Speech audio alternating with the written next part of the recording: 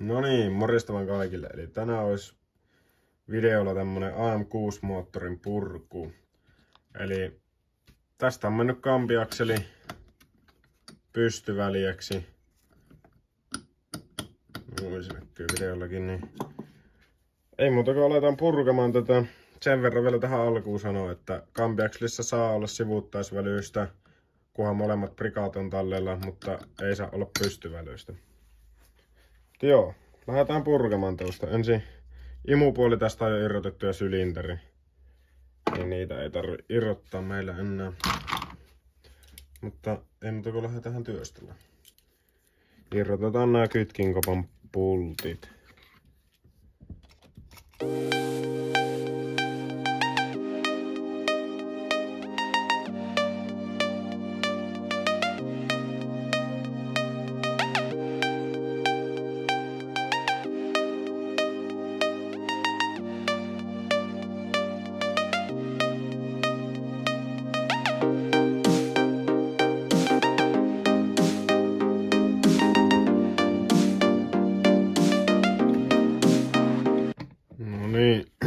Sitten kun nuo on kaikki irrotettu, niin täältähän irtoaa meidän kytkinkoppa. Ja kannattaa muistaa öljyt ottaa pois. Täältä nyt tuli vähän se öljyä, mutta täällä näyttäisi kaikki olevan ihan kunnossa. Se on positiivista, että ei ole mitään metallihilpettä täällä. Ja sitten ollaan päästy tähän vaiheeseen, eli kytkinkoppa otettu irti. Niin lähdetään seuraavaksi aukaisen nämä tästä. Nämä voi olla aika tiukassa, mutta katsotaan, jos ne nyt lähtisi käsipelillä.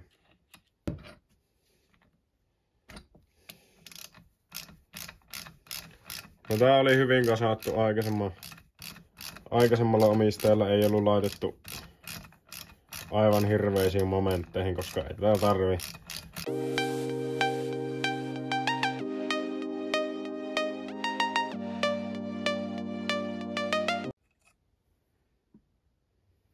No niin, nyt ollaan päästy tähän vaiheeseen, eli ollaan irrotettu nämä jouset.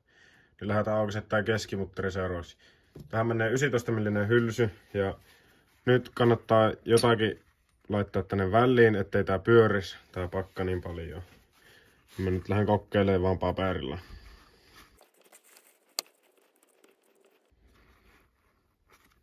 Noin.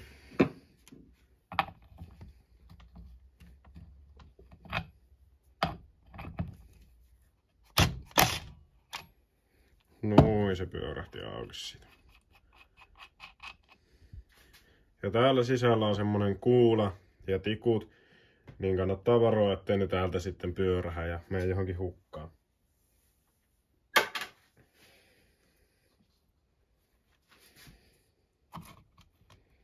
Sitten voin täältä nostaa vaan kytkinlevyt pois.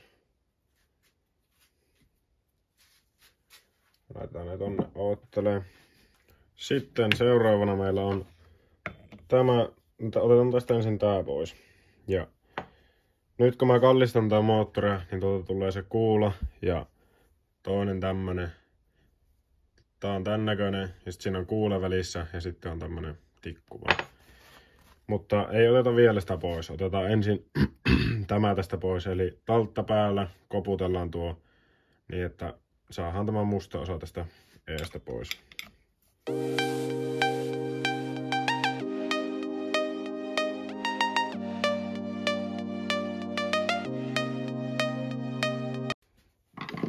No niin, ja sitten ollaan saatu naputeltua tää suoraksi, niin otetaan seuraavaksi tää irti.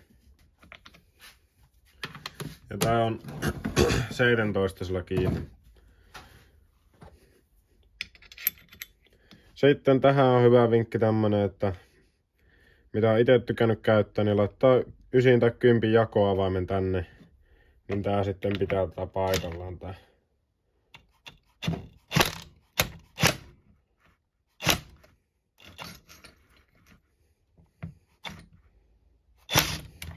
Noin. Se joskus voi vähän vastustella, mutta kyllä se siitä sitten aukeaa.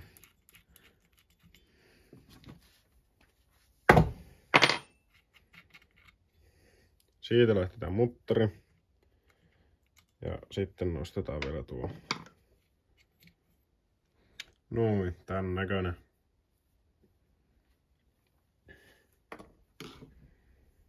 Sitten tämän pitäisi tästä nousta vaan tälleen nostamalla. Ja kytkinkruunun myös. Sitten tää kannattaa tarkastaa, että onko nää kuinka hakkaamilla. Jos nää on tosi kovilla hakkaamilla, niin kannattaa vaihtaa. Sitten täältä tulee 2 prikkaa, tämmönen jousiprikka. Tulee siis täältä. Ja tän jousiprikan päällä on tämmönen tasainen prikka. Tähän oikein puolimmaiseen menee taas 17. Katsotaan, pitäisikö nuo mun paperit tuossa.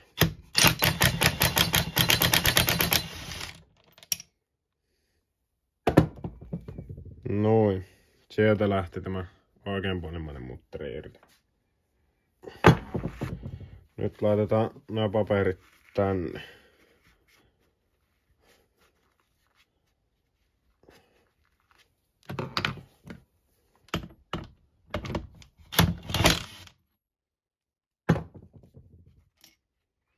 Noin. Ja sieltä irtoaa toinen mutteri.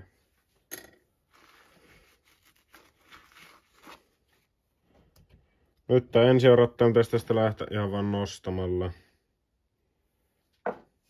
Ja täällä välissä on sitten tämmönen kiila, joka kannattaa pitää tallessa.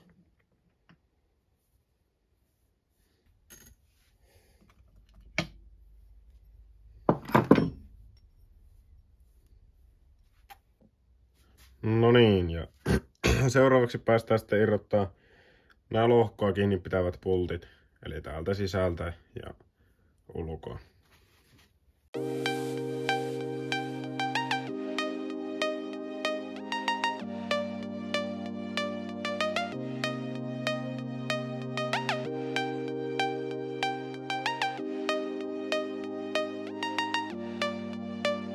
No niin, ja tässä rytäkässä sitten kun ollaan noita irroteltu, niin mulla jäi tämä ja se kuula ottamatta tuolta täältä kytkin puolelta.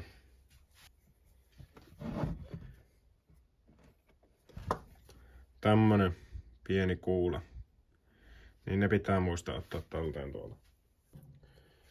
Nyt kun ollaan käännetty nämä lohkot väärinpäin, niin voidaan huomata, että täällä on tämmönen reikä, mistä voidaan lähteä aukaisemaan näitä lohkoja. Tähän paras on iso talttapää vaan, ja tällä vaan varovasti lähtee raottaa näitä lohkoja. Ja näistä tiivistepinnoista, tästä lohkovälisestä tiivistepinnasta kannattaa välttää, ettei mene rikkomaan tää tiivistepintaa. Eli varovaisesti sitten kun raottaa näitä, niin aukaisee.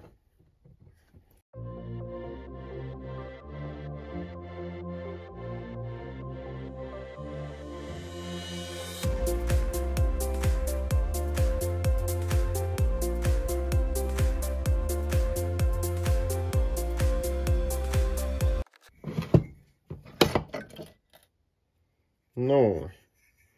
Vähän ajan venkslaamisen jälkeen niin lohkot on auki. No niin, ja nyt kun lohkot on aukaistu, niin tässä vaiherummun päällä on tällainen kuula. Niin tää kannattaa katsoa, että tää tulee talteen. Nyt meillä on siinä moottori purettuna. Tästä voidaan sitten vaan nostaa vaihteisto, vaiherumpu. Tässä on TPR-vaiherumpu. Niin ei pitäisi olla erinäköinen vakio, mutta kuitenkin täältä kaikki vaihteensiirtäjät ja kaikki mahdolliset niin nostellaan pois, koska se helpottaa meidän työskentelyä sitten, kun vaihdetaan tähän kampi.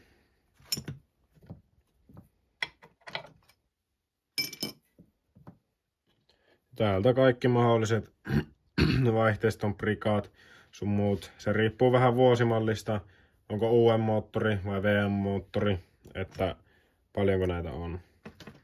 Sitten laitetaan kaikki talteen. Nää sitten voi olla aika jämptisti kiinni, niin voi vaan toiselta puolelta kevyesti koputella niin, että lähtee irti. Mulla nyt on eturattaan tämä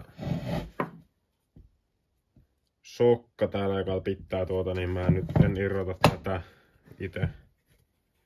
Mutta sen voi siitä irrotella. Sitten vanha kampi. Tässä nyt on paskana tää kampi, niin tän voi tästä vaan takoa pois. Se lähti helposti.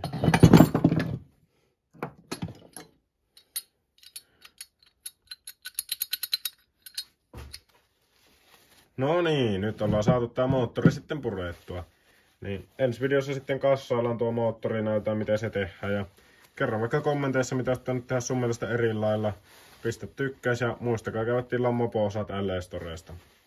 Me nähdään ensi videossa.